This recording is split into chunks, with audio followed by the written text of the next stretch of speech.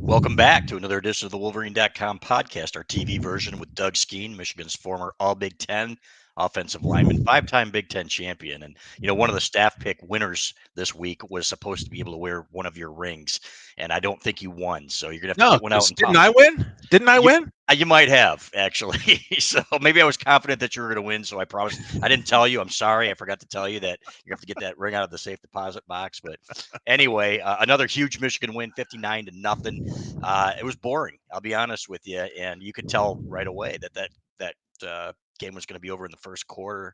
Skene, and first things first, man. What do you learn from a game like this, from a schedule like this? You guys had some always. You always played Notre Dame. Didn't you play them 5 years in a row? Yeah, I we think always played so. Notre Dame, yeah. So Right, that and was not only well, it was Notre Dame and 2 others, and then the right. Big Ten started. Yeah, and then the two others were good teams. I think UCLA was on there one year, if Yeah, I'm not mistaken, yeah, on the road.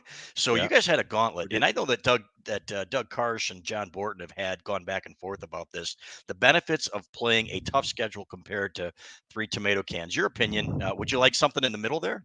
Yeah, absolutely. I think I'd Hmm. like something in the middle, and so we'll probably talk about it later with what's going on in the Big Ten. But I was really interested to see what Michigan State was going to do. They trounced Akron and whoever else they played, and then all of a sudden, well, let's see how they do in a tough environment and against a team that I think is decent. Yeah, well, all of a sudden, I have a totally different opinion of the Spartans. I thought they were, feeling pretty good about what people had seen out of them, and so absolutely, Ballas. As a fan, yeah, hey, running up the score, that's all fine and great. We're 3-0. I still, until I see it in the right environment, I'm going to have questions. And I can tell you these games, 2 out of 3, fine. Make 2 out of 3 against UConn and Hawaii, whatever. But it can't be 3 out of 3. And I think you mentioned there was some scheduling problems in the past, which Yeah. led to this. But there's got to be somebody and somebody better to do this. But next year, I think we didn't you already peek forward next where East we got Carolina and a couple other tomato cans. I Bowling don't even Green or know. something Yeah, like yeah, that, and exactly. and so next year's September is going to suck too for opponents. Yeah, After that, things get a little bit better. We get we into hope. the well, we hope, Yeah, assuming things stay. You're right. exactly. I Let me don't. ask you this. Yeah. Yeah, but not as a fan, as a player, does it prepare you? I mean, would you rather play better competition knowing you're going into the Big Ten and going to face, theoretically, you're going to face better competition? We'll talk about how lousy the Big Ten is here in a minute. Yeah. But as a player, wouldn't you rather have a game like that to prepare you for the Big Ten? A good We game? I think in hindsight, I can only go off of what we had. One Hmm. of the three, yes. Because you go up against a Notre Dame like we did those years, you really measure up against a peer performing football program out there, and you kind of see how good you are. And it's a big game and big environment, and there's a lot on the line, and then you go out and you play, somebody like these opponents. And as a player, it's like, okay, we're going to do this stuff, but the juice is just not the same, Ballas. And what I would tell you, you were there, you watched the game, and anybody watching this podcast, whether you were in person or whether you were there at the game live, uh, I could tell the players are like, okay, whatever. I mean, there was some excitement on the field, but I'm just telling you, from watching these guys play, the second touchdown they scored, it was like, all right, hey, way to go. All right, let's go to the sideline, extra point. Here we go. We're out of here. And Yep. so I'm like, you score touchdowns against Notre Dame in a big moment in a big game.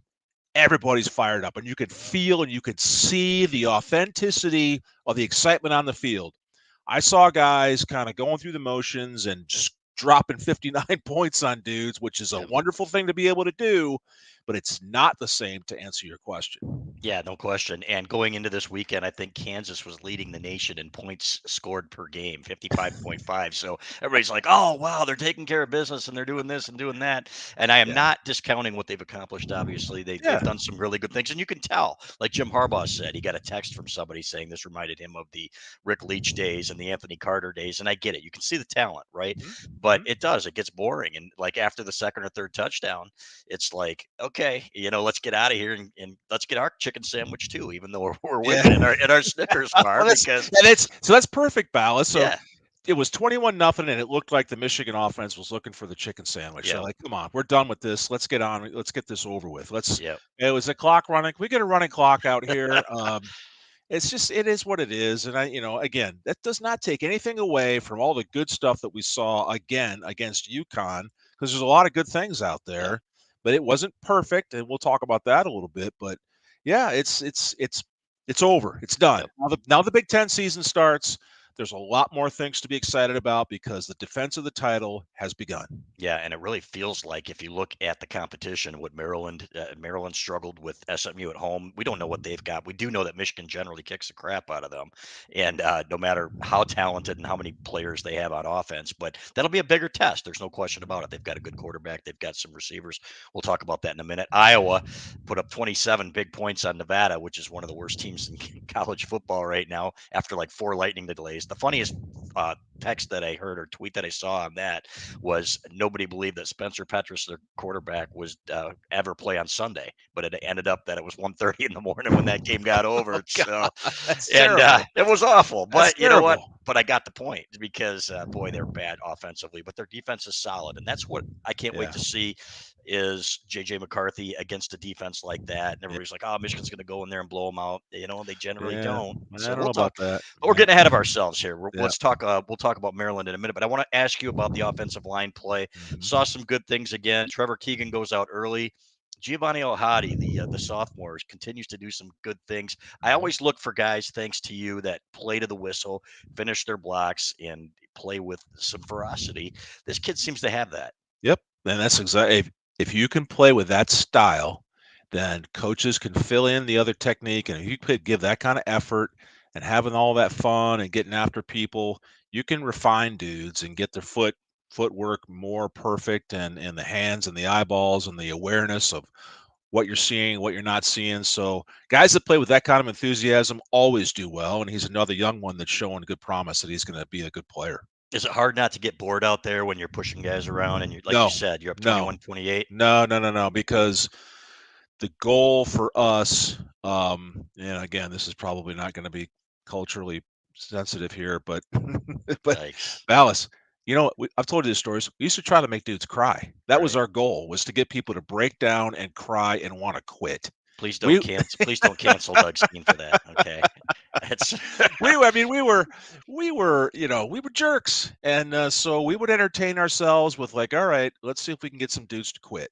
And so the answer to your question is no. It never gets boring beating the crap out of people, because that's your job up there, and you have fun while you're doing it. And then what happens is these guys start competing, and the way we used to roll is, all right, who's going to get the most knockdowns, who's going to get the most pancakes, who's going to earhole somebody, who's going to collectively make somebody quit and just not want back in the game. So how many guys? How many guys broke down and cried? I remember one guy. I'm not there gonna. was one guy. We don't have to, Yeah. because that No. dude turned out to be an awesome player. But there was a couple dudes, and listen, a lot of it wasn't just the physical punishment, but it was Everett just never shutting his mouth. Just This is Steve absolutely, Everett, folks. This yeah. is 30 years ago. This is one of the best centers in Michigan history. Yeah, a long, long time ago for the Yeah. young people watching this, but we used to torture people and have a lot of fun doing it. And that wasn't just on Saturdays, because you can go back and talk to the guys that were young, demo teamers when we were upperclassmen. We would torture the freshmen and sophomore in practice, and Coach Moeller and Coach Carr would get pissed off at us because we were just killing people and having fun doing it. But the difference is when it's one of your teammates after practice, we would take that kid and say, "You're coming with us. You're riding with us. We're going to lunch, or I'll give you a ride to study hall or whatever." We took care of those guys, even though we killed them during practice. And we're gonna So get you a chicken sandwich and make it that's all right. better. Always take care So of the young guys because we needed them to be great. And then, the idea was this is what it looks like. This is how you do it. yep, And then when you get to be a junior and senior, then you can kill people and make them cry, and then put yep, your arm around them, tell them you love them, and let's go have a bite to eat. yep. And John Vitale gonna flip some burgers on the grill, and Yes. yep, God rest his Yes, soul, all John. those So guys. Those yep. guys were great leaders. Yep, and you were too. There's no question about it. And we saw some great offensive lines come after your classes, so that was Yep. fun to watch. So we're gonna get John Jansen on this podcast one I day. was going By to the way, say we got to talk about Jansen and yeah, Backus and Hutch and just the names just keep on going, and there's some just guys that were yeah, much better than I ever was, and I yeah, love watching them play. But the yeah. style of play, back to the young players that we saw on Saturday against Utah, or I'm sorry, UConn. The style of play, that's the common denominator through all the years. If you can do those things, your chances of success are going to be much higher. Yep. Jansen said he would have come on, but he thought that since I was here, if it was just the two of you, it might have worked. So we'll work on that. But we are going to get him on here, folks. I'm telling you, he's got like Yeah. 12 kids now. He's got a young kid at home. So great kid, by the way, and a He's a great busy man, family. He Jansen. is a busy man. There's He's no a busy question. man. And by the way, they're doing a fantastic job. He and Karsh on the call, Yeah. and Jansen's a natural. Yes, he Karsh, sounds good. he I does. was up at the lake this weekend and I turned on my phone. I was listening to the streaming of it and I thought they sound pretty doggone good. Yeah. John's always been good at color, and he gives that little flair and that little flavor of Yep. thing, and I can hear it and I go, oh yeah, I remember that. I know what he's talking about. Of Oh course, yeah. everything sounds better at the yacht club, folks. So, on my boat, NFL settlement. All right, I'm sorry, I can't help myself, man. So, all right, No. you know what? We're nitpicking here when we talk about things that aren't perfect in the non-conference. And I asked Blake Corum this flat out after the game in the press conference. I said, "Do you guys really know how good you are yet? Because you know what? It's been so easy for the most part, and Yeah. it's not like they're gashing teams though for like 300 yards on the ground. Like, well, they No. kind of are, but not the way they were last year with the explosive plays. So is there concern that the plays aren't as explosive? And we knew they were going to miss Hassan Haskins' scheme, but Yeah. these guys aren't breaking the tackles and they aren't ripping off the 60-yard runs. They're not, but again, to yesterday against UConn, I don't know that that was the game plan, Balas. If you look at the No. first half of that football game, there was a lot of snap the ball and get it in the air out to the edge of the offense and let the edge blocking create a lane, and they did an awesome job. Those wide receivers and Eric All was out there, and they got guys out in the edge, and it was like a running game via the quick little out pass to the dude waiting to catch the football there, and there was several guys, Ronnie Bell being one of them, Wilson out there on the edge. But the edge blocking was outstanding in the first half of that football game, and that's obviously clearly by design. And then the curveball was, well, then we'll come back to our power inside, pull two guys, kick the end, get to the front side linebacker, block everything down over there, and that seemed to like the alternative to the game plan of getting the ball out to the edge. So, am I concerned that they're not ripping off 50, 60 yarders? No. Are they rushing for 200 yards a game? I think they have. Mm-hmm. And the offensive line has been efficient enough, although still not good enough in my mind to protect quarterbacks. We'll talk about that in a second. Even JJ had to move around in there a little bit when protection broke down. And so I would say good, but certainly not great. And I was going to ask you, what would you grade the offensive line in the non-conference? Maybe a B? I'd give him a B plus. Yeah, Okay. I'd give him absolutely a B plus. And again, my standards, and people go, "Oh my gosh, they look at all these points." My standards are, from the guys that coach me and what we had to live through, which was, hell at times. Um, Standards are excellence. Standards are no one touches the quarterback under any circumstances at any time. Standards are no tackles for loss ever, and you get to people all the time. And so it'll that's never going to change for me. So when you ask me a grade, I'm holding to the standards at which I was held. And so I'm going to expect the same thing out of these guys because I know they're capable. There's plenty enough talent in that offensive Yep. line group. And we see them do it at times. It's like, man, they look perfectly clean. They're getting good first steps. They're getting down on hips. They're moving people. They get up to a linebacker and it's just perfect. I mean, you saw that with Corum gashing through and making 10, 8, 9, 10, 12, 15-yard runs, walking in the end zone. Trente Jones down there in that one goal line play. Really nice job, written a guy out of there on the right side, and Corum walked in. It's Yep. outstanding blocking. And then all of a sudden, a few plays later, the same guy gives up a soft edge, and our quarterback is out. So Let's that's the stuff it has to be fixed. Yeah, let's talk about the edge plays because the blocking out there. Ronnie Bell, fantastic. Cornelius Johnson had one Oh holding yeah, penalty, but he's been doing well. Andrel Anthony, who they need to, we'll come back to this, but they need to get him more involved in the passing game, or this kid's going to end up at another school. And I'm not just saying that. I'm thinking, okay, these kids want to touch the ball, and I understand. He's a yeah, sophomore now. He had a big game last year. We'll talk about that again in a minute too. But when they're off 10, 15 yards, everybody's like, why aren't they taking any shots down the field? Well, when you're getting a running start and you got a quarterback with a laser arm that's getting them the ball quickly, they can make one move and go. That's to me is like the running game, isn't it? You get the It- guy that's the ball in space and let him go. yeah. It's funny you say the ball in space. Dare I say speed in But space? don't do that. Uh, Miami scored 9 points yesterday, and yeah. Josh Gaddis is working overtime today down there in Yeah, Miami. so but that's what it looked like, Malice. I mean, again, a talented, strong arm, and it wasn't just that, but the where JJ was putting that ball in a position where the receiver can catch it and keep his momentum going forward to take advantage of those blocks that were taking place in front of him. if you can do that all day and gash off 6 to 10 yard runs every time after you catch the football, hey, it works. And I'm Yeah. guessing we're going to see that later in the season in some critical parts. And so, and then when you get against better defenses that are going to suck up and play tough man to man on you, then things are going to change out there, and you're going to have to do something else. Right. But if that's what they're giving you and you got to work on it, that's what these games are for. Hey, let's work on this stuff. So clearly, that's what they did. They did it very, very well, and it looked great. Yeah, and it wasn't just 6 to 10. It was we had 30 at times, 38. You break a big one, so Yeah, the ball was out of there. And the good news is, man, you got a quarterback that gets that ball there in such a hurry. There were a couple yeah, times Ronnie Bell had to make one guy miss. You know what he had, but he had that extra second because the ball got there so quickly. So that's something yeah. that not ripping on Cade McNamara, obviously, but that's something that is it's noticeable. That ball gets there quickly.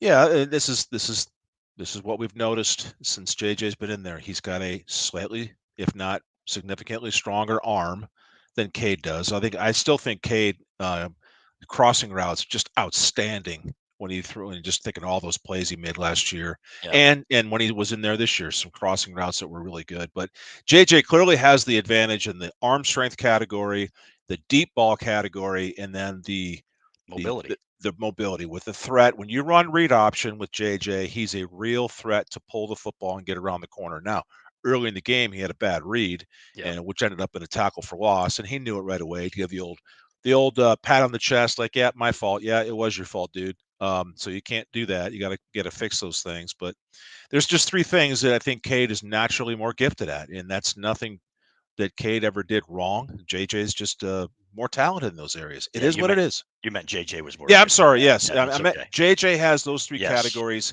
that are, Yep. Cade has them too. JJ's just better at it. He's just Yeah. more gifted. And now we're There's yeah. just always this in life. There are people that have more gifts than others physically. It just is what it is. Right. Like, Dallas, you always aspired to be the center for the Detroit Pistons. That's never going to happen. So well, you I'm weren't not. gifted that way. I haven't reached my growth spurt yet, so the jury's still out. I'm getting up there a little long in the tooth, but now let's talk about what went wrong, and that was when Cade McNamara comes in, and these guys. It's almost like they feel like, okay, game over. We've got our second team guy in here, and second week in a row, these guys didn't do him any favors. Now, as somebody pointed out on the comments last week, you know what? That ball's got to be out in three, and it probably wasn't on his first one, even though Trente Jones, allowed the leakiness around the edge, but still, you don't You want that can't. guy. Yeah. No, you can't do that. So the Well, two plays back to back. First one, the right tackle Trente, who had such an outstanding block down the goal line and played clean football up until that point. Um, he just gives up a soft edge, lets a guy get on his right hip, and it's over with. And Cade's in there hanging on to it. Looked like he wanted to go long with the ball, and because it was right before the half, they had to mhm, get down the field to get into field goal or scoring position. right. So you got to know that. And when your backup quarterback comes in the huddle and he hasn't played yet, and it's right before the half, and the coaching staff has called a passing play. You got to know we got to give this dude 4 seconds, not 3 seconds. He's not in the flow of the game. So Trente gives up an edge and gets the quarterback walloped on his first rep. And so, that's not very good, right? And then on the next play, this is a little interesting. The next play, Michigan back. I don't know if it was Corum. I couldn't remember the number. They chipped the left defensive end, and it was beautiful, Balas. The dude came in and lowered his shoulder right in the soft rib cage area and absolutely caved the dude in half down onto the ground. But what happened in that play is the left guard and left tackle are blocking these two guys, right? Well, the guy that got chipped on the left tackle got smashed down on the ground. The left guard there, I can't remember if it was El Hadid or Keegan. He loops around the body pile of the defender and Hayes at left tackle, and he comes around. And then at the same time, over on the right side, they run a tackle and backer little twist. And the tackle and the end are moving to the outside gap. And then what had to happen, which didn't happen, is you got to pass that off. So the right guard and center, Oluwatimi, get hung up in those interior linemen, and no one saw the looper coming back inside. So that looper and the other garbage on the left side converge and get Cade killed, Yeah. and out he goes with a knee injury. So Yeah.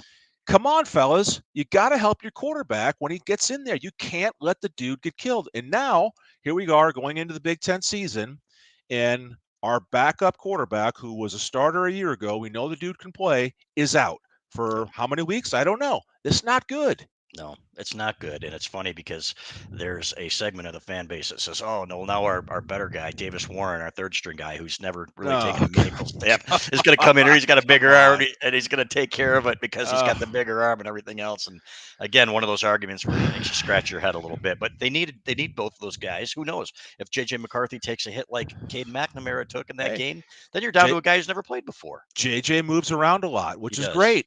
Yeah. Until it's not great and he gets killed because, as we know historically, since the mobile quarterback now for the last 20 years, these guys have a propensity of getting hit and hurt from time to time. That's why you got to have two. So Right. everything was great. Now there's a question mark as far as the next guy in the game. So it looked like in the replay that I saw, it might have a hyperextension of his right knee, but because of the way he got hit and the way he got destroyed by two defenders at once as he kind of stepped into the ball there, his right leg kind of slung out. And I hope it's nothing serious. Hope it's just a sprain. You can put a brace on him and get some treatment, and he's ready to go in a week or two. Because I got a feeling we're going to need him. There's going to be a moment where maybe JJ gets hit. Maybe it's not an injury, Balas. Maybe it's second and long, whatever, and it's incomplete, and JJ's helmet comes off.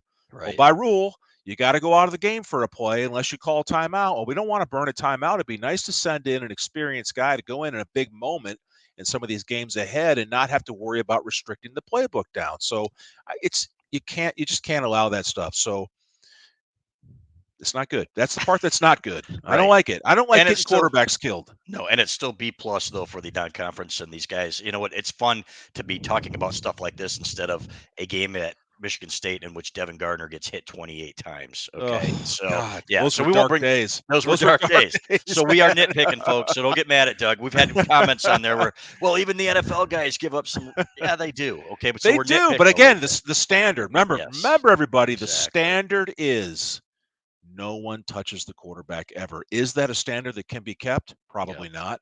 But it's not that you don't want to try. yeah, And so you have to understand the situational awareness, and you got to understand when you got a guy coming in who hasn't played a lot, he needs a little help. yeah, And you got to give him an extra second or two so he can settle into the game. And Cade got thrown in there when it was a little crazy. He had a yep, few seconds left, a few snaps. So you got to help that guy. And yep. back to the dark days, things are better, Ballas. Yes, The they are. dark days. Remember Fitz Toussaint trying to block the defensive end from Michigan State instead of Yeah, Taylor Lewan. yeah, I still want to yeah. kill Al Borges after that. That's coaching malpractice right there. Yeah. Well, okay, Al. I didn't say it. So, all right, I let's talk. did. I Yes, did. he did. Okay, let's talk a little bit now about defensive line. Okay, somebody noticed the other day, and I noticed it too. It looks like they're lining up a little bit further back, the defensive line at times. Have you ever experienced that when you played? And for the record, Doug Skene played 3 years in the NFL under Bill Parcells for the New England Patriots, so this guy knows what he's talking about. But is there something that they're trying to accomplish by Yeah, moving? Yeah. absolutely. What is it? So if a defensive lineman is back off the ball a little bit, the first thing that you're going to expect is he's gonna slant, or he's going to move right to left. He's not going to play head up on you. And the second thing is he's probably going to be part of another defensive lineman game where he would be the looper, or a linebacker game. There's some reason why you back that guy off the ball, because if you're playing regular attack the gap defense, you want to be up on the ball and you want to shoot that gap. So they're doing it for the right geometry to get a better chance of success, or whatever they're asking him to do.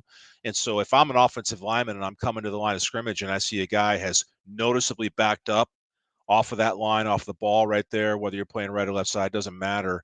You look and you see he's 6 to 12 inches further back. Yep, smell a rat. Something weird is going on here. This is not right, because no defensive lineman wants that disadvantage. They want to get into me as fast as possible, take on one-on-one blocks, take on double teams to protect those linebackers. So Michigan's probably doing what the offense has been doing, Ballas, which is playing around with some of the things they want to work on. When you're playing terrible teams like we've played, hey, let's get through all these things we want to see on game day with these guys before we're going to need them here in the Big Ten season. Yeah. Was that a Les Milesism? Smell a rat? Is that where that Yes, came from? That's what I absolutely. figured. Smell a rat. I still hear that in my I sleep. bet you Smell a do, rat. man. God, 30 years later, poor guy. Even years of therapy haven't taken care of this, Les. So we got some great Les Miles stories. It's down the road when in the summer when it gets a little bit slower. We'll talk about that. So let's talk about Big Ten play. What do you remember? You know, going out of the non-conference. Of course, you guys played not only big time opponents, but rivals. I mean, there's Yeah. something to be said for playing a rivalry game early in the year against Notre Dame. Then you got the Big Ten coming up, but now these guys are going to be frothing at the mouth here, thinking this is for real. Was that how it was? Yeah, absolutely. This is why it's a relief, right? That these non-conference opponents that we just dismissed as easily as we did, it's over with now. Now you want to stay on top of the Big Ten. You want to get fitted for another Big Ten championship ring, and if you want your picture to go on the wall with all the other championship teams throughout all the decades at Michigan, which every guy that ever puts that uniform on aspires to be a part of, then it starts Saturday against Maryland. And it doesn't matter whether it's Maryland, Purdue, Michigan State. It doesn't matter. It's obviously Michigan State is a little more ramped up than Maryland, but it's still, there is absolutely a juice that is involved with this game week versus the previous few. And the players will know it. The coaches will take advantage of that in this week of preparation. It is different because there's a championship on the line now every time you take the field. Yeah, there is. And who would have thought, 30 years ago, that'd be Maryland that you're playing in the Big Ten opener. It's crazy. It's and you know what? In some weird, it's going to be UCLA or UCLA. USC. Hey, it's Michigan USC in the Big Ten opener. Right. Yeah. It's crazy. But hey, old dinosaurs like me are going to be, wait, is this a Rose Bowl? What's going on here? Yeah. Well, in 10 years, you're going to be really confused, So, but you know what? It is. It's different, and it is what it is, though. And it's still Big Ten play, and that's what these guys realize. And you could kind of see it in their eyes when we were interviewing them after the game. You know what? Now it means something, and they want to realize, they want to know how good they are. The secondary is going to face an offense that's going to be slinging the ball, so they're excited about that. And you could just kind of tell. So there's something different, and I like it. So, but at the same time, there are some questions. Is the secondary as good as we think it is? 5 for 20. I think the quarterbacks were for UConn. Now that's a terrible football team, but you know what? They weren't getting to the quarterback at times, but the coverage was outstanding. So you got to give those guys credit back there, especially Mike Sainristil, who is really taking the place of That Dax. kid's an athlete, man. Isn't he unbelievable? He's unbelievable. He's so good. He's an admirable player. Yeah. Junior Colson is an absolute stud at that linebacker spot, and he makes himself felt out there in that football field. But you're right, Balas. The secondary looks good. There's a lot of good indicators on that defense, right? We're excited about the rotation and some of the different things we've seen. Mozzie Smith in the middle there looks like an absolute stud. I was this early in the football game. He was just walking, after a play, and he was just kind of walking amongst the dudes, getting back to the huddle, and you could just physically see that is a big man. That'd be hard to move him one-on-one. So he's an imposing dude there in the middle. And so there's a lot of good things, but we're all kind of waiting to see, how good really are we on that defensive side of the ball, and can we get to quarterbacks without having to bring all kinds of blitzes and do all kinds of things? And we're all hoping it's as good as advertised. But again, we've played nobody, so let's just see how this goes. And we're going to play Maryland, but it's a Big Ten game, and it'll mean more for us fans as we watch this, because it's one step in the ladder to get to the top of this conference. So, but there's exciting things for sure. The secondary is making plays. There's a lot of positive body language out there. They're having fun. They're high-fiving, but they haven't been put into the fire yet. They haven't been in a tough spot yet. And so let's see how they act when that happens. And that's what Corum said. He said, we haven't faced any adversity yet. He goes, I have no idea, man. So, and that's kind of, I had my column written. So that's kind of what I wanted him to say. I did not lead him in that direction. I just said, do you know what you are yet? And then it was a leading question. I kind of winked at him a couple times. I said, you don't know. So not really. But what do we think of the Big Ten here, man? I was watching Michigan State get embarrassed in Washington. That game was nowhere near as close as the final score. I watched Purdue gag again, and I knew it was coming, man. We were in the press conference, and Syracuse had the ball with 1:13 to go. And I said, oh, God, they might score twice, knowing what happened. Yeah. But this, what, Ohio State, I think is they're Ohio State. They're not what they were, under Urban Meyer. Michigan's going to have a chance down there, but Penn State maybe looks a little bit better than I thought they would. But other than that, man, there's a lot of bad there. Well, yeah, Wisconsin struggled here early, and Nebraska has got their issues right over on the west side there. And how's Minnesota doing? How's Roll the Boat guy doing? Roll the Boat guy. Okay, yeah, I should have included them. They play at Michigan State, and they are looking good. Now, I think they lost a receiver, their top receiver last week, but they've got a Is that Saturday? It is Saturday. Roll the Boat guy at Sparty. Roll the Boat guy at Sparty. I think that's how they're advertising it, even on TV. It's Roll the Boat guy versus Sparty. So now let's go back and talk about the Spartans for a minute, because I wanted to watch that game closely. that quarterback and that offense came to life in the first half of that football game, and they showed some grit. Wait, So wait a minute. You're talking about Michigan State or yeah, what? no, Michigan State, Okay. Well, because they needed they were uh, getting ran off the field, Balas. they were. It was getting out of hand really early, and I'm like, what is going on here? I thought this quarterback was and all of a sudden they did. That offense came to life. But on the flip side of things, their defense stinks. Yeah. That secondary still stinks from a year ago. And if they can't find a way to get pressure on a quarterback, just like the kid from Washington who used to be at Indiana, he lit him up for like 400 yards. I mean, that's going to be Michigan State's problem this year. So unless they can keep teams off the field, they're going to have some problems because, yeah, that secondary is not good. And when you can't get to the quarterback, the secondary looks even worse. Yeah. And so Sparty's got their issues. It'll be interesting to see how Row the Boat guy does against Sparty. But yeah, how good is the Big Ten? I think Ohio State's offense is probably going to be nothing short of awesome with the talent they've got. They got a superstar quarterback, wide receivers, you name it. A lot like Michigan, how good is that defense? How good is Ohio State's defense? I'm not convinced yet. I want to see something. Yeah. Who's it going to be against?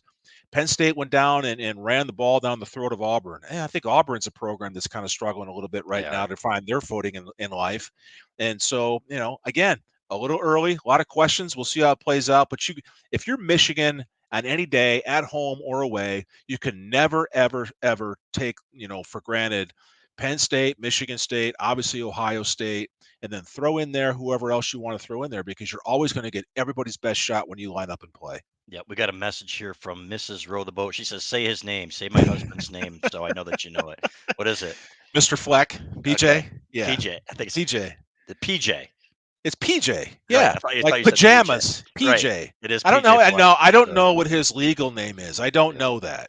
Probably Patrick Joseph, right? I don't know. I have no idea, but it's PJ Fleck. And by the way, he's a heck of a football coach, Balas. He's doing a good job. He's for done a guy that he's done a good job everywhere he's coached. The dude connects with his players. It looks like they have fun. I just like making fun of the Row the Boat thing because he went from Western Michigan. I was going to say it was a Western Michigan thing, and they're the Broncos. I didn't understand Row the Boat guy there, but it was this Row the Boat is this mantra that I don't know if he's got it patented now or trademarked or whatever it is, but it goes wherever he goes. And I'm fascinated. If he ever makes it to be an NFL head coach, is he going to put Row the Boat on the helmet of the Dallas Cowboys or something someday? They're going to put the oars on the back, right? Especially if it's like Arizona or something like that. I mean, you got Portage Lake over there by Kalamazoo, and then you got like a million lakes in Minnesota. Right, Minnesota, Michigan. You got all the Great Lakes and everything. Lake Minnetonka.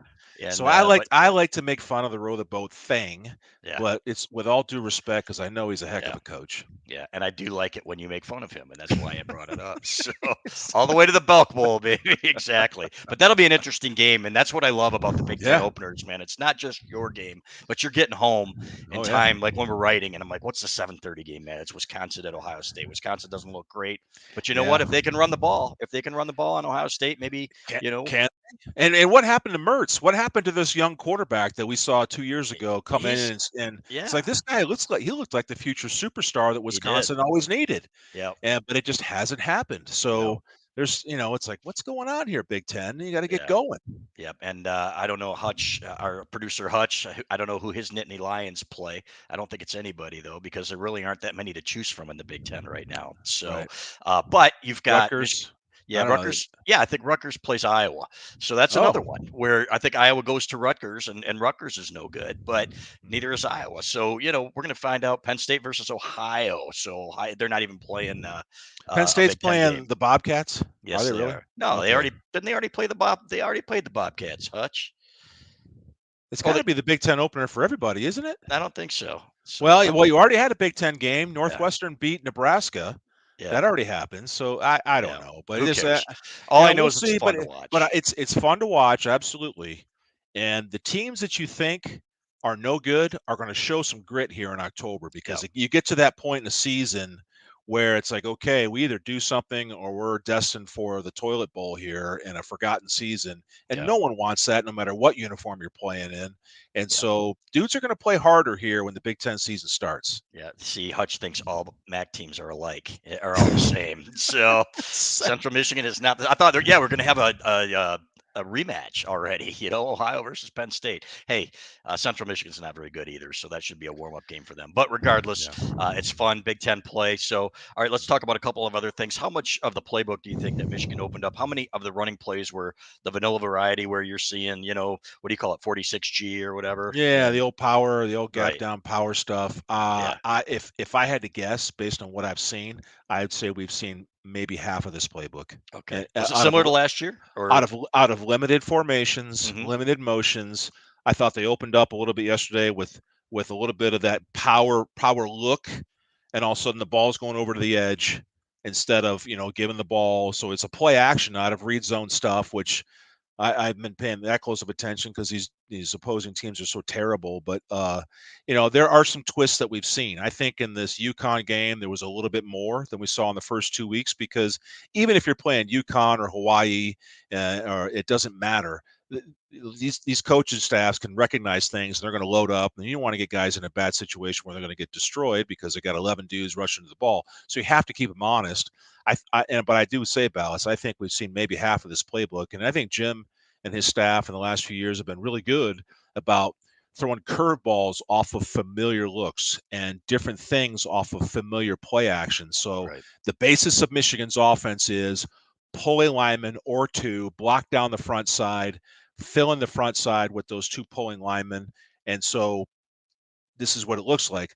The question is how many variables off of that have we seen? What I haven't seen a lot of, I think it was in week 1, maybe we saw it, was some of the wide zone blocking. Last year, that was a staple with Corum. Everybody takes a deep, wide step to the left. We all zone block left, and let's take a sprint to the far side of the field. Usually, it's to the field. If you're on the right hash, you're going to the left, right, to the wide part of the field where there's a lot of real estate. We haven't seen a ton of that, but we know that's in there. And have we seen the Andrew Vastardis play from a year ago, right, where you're going to run a wide zone, or I'm sorry, a wide sweep, and the center is supposed to get out and be the lead blocker? I'll never forget that block that Vastardis made on that wide linebacker. It was outstanding. I think it was against Western a year ago. Mhm. I don't care. Still a great block. Although a team he's certainly athletic enough to do the same thing. We haven't seen that yet. I Right. haven't seen it yet, so I think it's coming.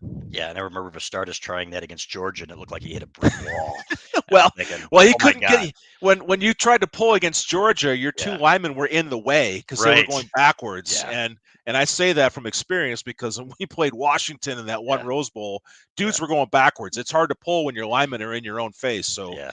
it happens. Yeah. When you're trying to stay positive in a situation like that, are you guys kind of looking at each other like, holy, you know what, we're screwed here? It's a great question. So Yeah. there's a holy S moment Yeah. that in the it's just this weird. It's hard to describe. Mm-hmm. And when you get out there, and I saw it last year in the body language against Georgia, Mm-hmm. guys are in the huddle. No one's saying anything to each other. It's like eerily quiet, but you're looking at each other's eyes and you're kind of looking around going, "Oh crap. Yeah. We're these guys are really good. And Yeah. I'm hanging on for my life over here. Do you think you can help on this next play because I need help?" Yeah. And it's just a bad feeling. And then you get past the "oh crap" feeling and you're like, "You know what? Screw this. We're not going to get pushed around by these dudes." And you go out there and you try your hardest, and yet you're still getting your butt kicked. And it's like, "Oh yeah, Did they're better than us." did you get a still get Christmas cards from Steve Entman? I never did because I No. never played against Edmond. Was the Oh, other that's guy right. who kicked my butt all That's day. right. It was Tyrone Washington. Okay. That dude killed me all day long. I was Yeah. hanging on for dear life against him. Yeah. It's a humbling feeling, Ballas. Yeah. And that Michigan team from a year ago ran into a buzzsaw, and I Yeah. know the feeling. Yep. And anybody that's ever played football at high school, you probably been on the back end of a butt Yep. kicking. It ain't Yep. fun, No. but that's what happened. And let's hope that Michigan does not have that happen to them this year. Yeah, Hutch, we got about 10 minutes here. Can you get Tyrone Washington on the line, please? And we'll get him, or at least get him lined up for next week's No, podcast. don't do that. I want to sleep tonight. You're going to make me have nightmares.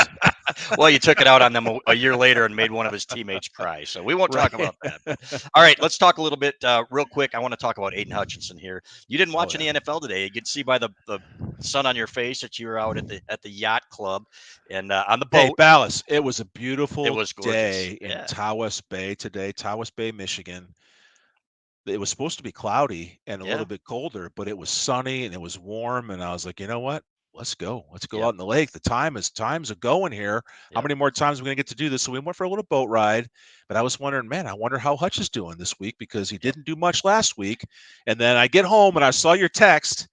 And I was like, oh, boy, what did he do? And I jumped Yeah. on the phone. I'm like, 3 sacks in the first half. All Yeah. right, here we go. Yeah. So, It's interesting because you know what? You had a bunch of Michigan State fans. It's that dynamic. You got Michigan State fans that are Lions fans that want him to fail, but they want their team to win. So last week, it's come on. crazy. It was all over the place, buddy. This is real.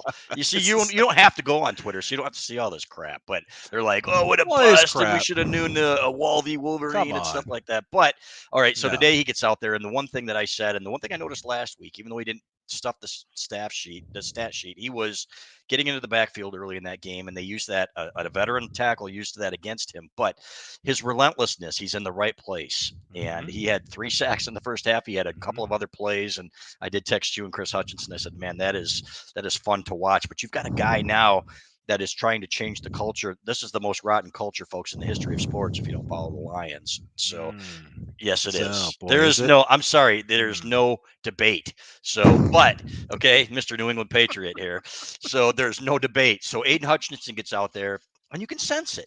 The crowd is feeding off of him, and it was fun to watch, man. So this is, your good friend and your former teammate's kid, and you need to pop in that film and watch it because it was fun Oh, to I'll watch. catch the highlights All right. tonight for sure. I will watch because I want to see the plays that he made. But this doesn't surprise me. Mhm. And I thought this last week, and I was listening to some of the sports radio here in Detroit, actively talking about the Lions, and Hutch was non-existent, and the head coach was asked about it, and I thought to myself, if I know this kid at all, he's going to come out with fire coming out of his nostrils in this football game. And it sounds like that's exactly what he did. And he's learning. We talked about this with him. There's going to be a learning curve. He's going to have to figure things out. And game number 1, he's playing against NFL tackles, which, by the way, are all awesome. And he learned the hard way that, you don't show up and make plays. So here we are in week 2. He ramps it up, and that gets the performance that everybody wanted. And I would expect to see more. And he's going to learn more. And he's going to figure out more how to use that enthusiasm and that football motor of his to make smarter plays and more plays. So this was just one example or 2 examples now, 2 weeks now. First week, he got humbled. Second week, showed up. Now let's see what in the third week. He's going to be a great player, Balas. Yeah. There's no doubt about this. And for all the Michigan State people out there in the Twitter sphere, you know what? Good grief. He's playing for the Lions. Don't we want him to win now? I'm in Yeah. on the Lions, man. We want him to win. So if there's a great Michigan State guy that comes over to play for the Lions, I want him to do well too. Yeah. So let's Yeah. go. Yeah, AirSafe did notice that he had a little bit of a leg injury. It looked like he went to the locker room, so hopefully he's okay. I don't think they would have put him back out there if he wasn't. So maybe Yeah. give him some rest and practice. But this is a guy that is going to be. He's going to get better and better. And Yeah. the thing about him, like I said, the one thing about him that you can't teach is his relentlessness. And well, you can teach it. It's kind of inherent when you've got a guy like Chris Hutchinson who did it, and you learned from your dad, and now you're out there doing it yourself. So how'd your New England Patriots do? For people who don't know, Doug was They the won. starting. They Did they? beat What was the Pittsburgh score? today. Yeah, I heard that in You knew heard that. that in the radio. Yeah, they beat Pittsburgh. So Wow. I'm Did I always Drew Bledsoe, your quarterback, text that to you? Do you guys like go no, back and no. forth I during heard that. games? I heard it on an All right. NFL. I was listening to the end of the Dolphins and Ravens, and the Dolphins are just running up and down the field like there isn't any of a defense out there. And so I was listening to that in the car on the way home, and the Dolphins ended up pulling that game out. And then I heard the update. The Patriots beat the Steelers, and so here we go. I know the Patriots lost to the Dolphins in Week 1, so I will always be a Patriot fan because I think Bob Kraft is a heck of an owner and always treated me with respect for the microscopic amount of time that I was ever around that guy. But I always think the Patriots have always been, happy for him in my experience there. So I want them to win. But now, doggone it, I want the Lions to win because Hutch is out there. I want to see Yeah. this happen. Yeah. So, I'm not gonna now Ballas, in all fairness, you can't see it, but behind you, I think on your counter back there is where you have your blue face paint and your Matthew Stafford jersey. So I'm Yeah, Matt probably not Stafford. gonna have the face paint on or the All right. Stafford jersey, but I Okay. do want the Lions to win. So do So, I. yeah. Yeah, and you know what, as a long-suffering Lions fan, but now with Hutch there, so we are starting a petition, folks. Last thing I'm going to say to get Doug Skene into the Ring of Honor, the New England Patriots Ring of Honor. And then for everybody who likes this broadcast here, we're going to pick 10 people to clean his boat for the season. So at the Tawas Yacht Club up there. So please like this podcast, and we appreciate you. So next week, our special guest will be Tyrone Washington. Hopefully, John Oh, Jansen. God, We'll see. yeah. So Get I'm going to Jansen look on him here. up. Yeah, Jansen will be great. He's he great. would be. So maybe you'll have to call him because he kind of big timed me this week. But Did he? appreciate it. I'll send him Yeah. a text message and say, "Come on, we Yeah. just need 15 minutes of your time on a Sunday night." Exactly. So, but we appreciate you guys listening. Please like our podcast. Join us next week at 7:00.